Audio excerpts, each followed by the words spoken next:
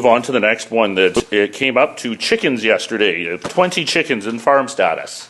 I would like to let you know that in 2008, when I started my farm and I bought my farm, the amount of investment that goes into buying the land, and then the amount of money that goes into purchasing the equipment. You buy a tractor, $100,000, baler, another $100,000. You end up getting a whole bunch more supplies, tools, everything else. You end up getting all the animals. Most of the time, you don't actually make money until several years down the road.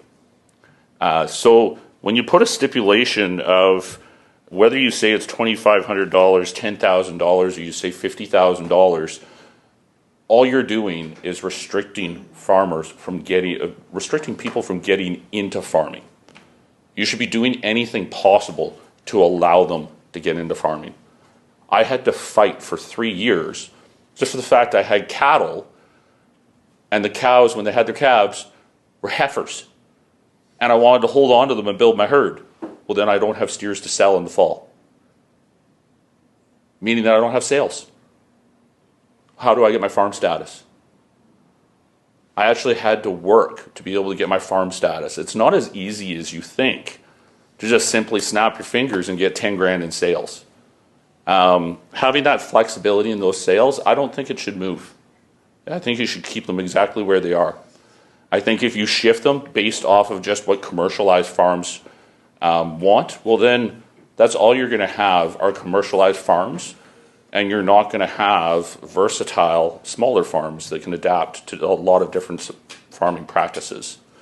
So I just wanted to correct that the 20 chickens is never, no matter how you try and sell them.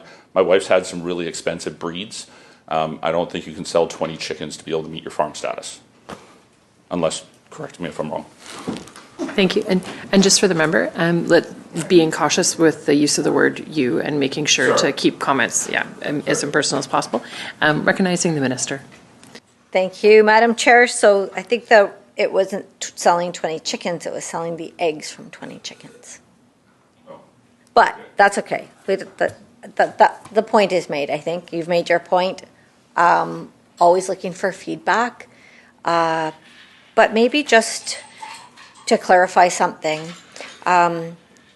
When somebody acquires new land for a farm and they are striving to get farm tax status, they work with BC Assessment, they submit a farm plan, and there's a number of years that you have before you have to submit 2,500 or more. So I think that they do work to encourage new farming activities to happen, and it's quite a good system. So if you're, for example, doing annual crops, they give you some time to kind of get your soil up and going, as long as you have a documented plan that you're following.